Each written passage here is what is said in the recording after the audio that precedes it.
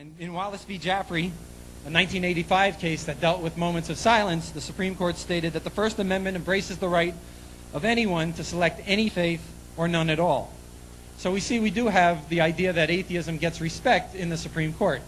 However, in those cases, they were talking about the Free Exercise Clause. And the Establishment Clause, the Supreme Court has not been quite as strong.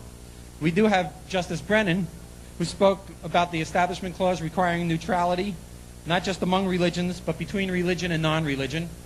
And right now we have two justices who are heroes to me, at least in terms of their support of atheists, Justices Stevens and Souter. Justice Stevens wrote about the governmental preference for religion as opposed to irreligion is forbidden by the First Amendment. And Justice Souter often speaks about non-theistic religion. In other words, saying that religion can be something that doesn't have a belief in God. And I think that's important. We also have some other judges who have spoken in the past about religion. We have Judge Batten, who is the judge in a case in California. And I don't know how many people have heard about the Universal Life Church. I think many of you have. You can send away. I'm a minister with them. Anybody else can do it too. It's an arduous process. You have to give them your name and address. And then you get a little card. Well, the Universal Life Church, when it first came into being, they had a case. The IRS said that they weren't a religious organization, and they challenged that.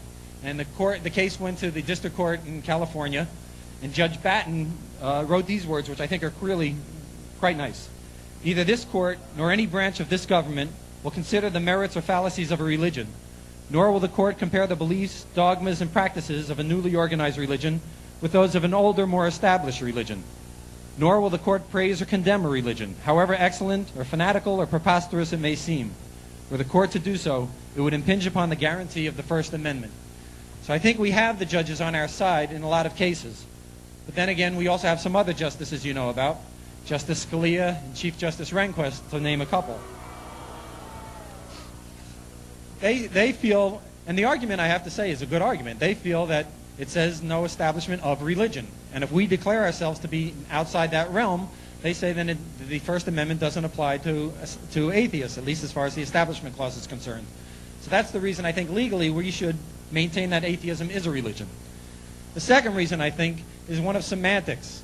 When people make arguments, frequently they'll put a label on something, and they'll put that label because of one criterion, and then because they put the label on, they'll use the other criteria that go with that label and use that against the people that they put the label on. One of the issues that I'm also interested in is in assisted suicide, and I think that happens there. Suicide, of course, is taking one's own life. But it also, the reason we don't like suicide and the reason we try to stop it is because we're thinking about people who, subsequent to their depression or psychosis or whatever's going on, could have a good, meaningful life. That's not the situation in cases where people with Alzheimer's or they're in misery because of some terminal disease. They don't have that aspect of the suicide. So when we talk about suicide, yes, they're killing themselves, but it doesn't have the same meaning that we have when we talk about a young person who might be killing themselves. Well, the same thing happens with religion. If we say that we're not religious because we don't have God, okay, then the thing that goes along with religion, the other aspects like humanity and compassion and understanding and worship of ideals, they seem to throw that out too. And so that's the other reason, another reason that I don't think that we should be saying that atheism is not a religion. And the last reason is because I think I'm religious.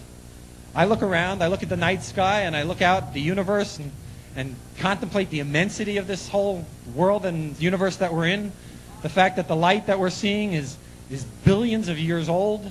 And I say I'm religious.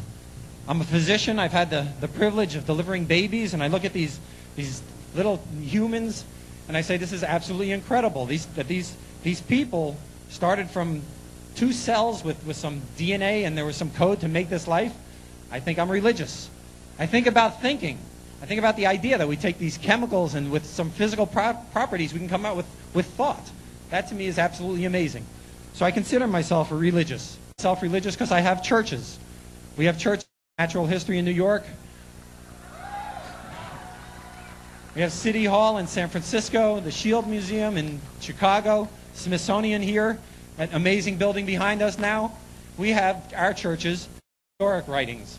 And one of them was the Constitution, which if you go up to in the University of Michigan where I went to law school, in the law school library they have a plaque. And our entire Constitution fits on this one plaque on the wall. To me that's amazing. And I think I have religion. and I'm going to keep my religion, and I plan to maintain that religion, my atheism, as getting the same respect that every other religion gets in this country for as long as this nation lives. So thank you.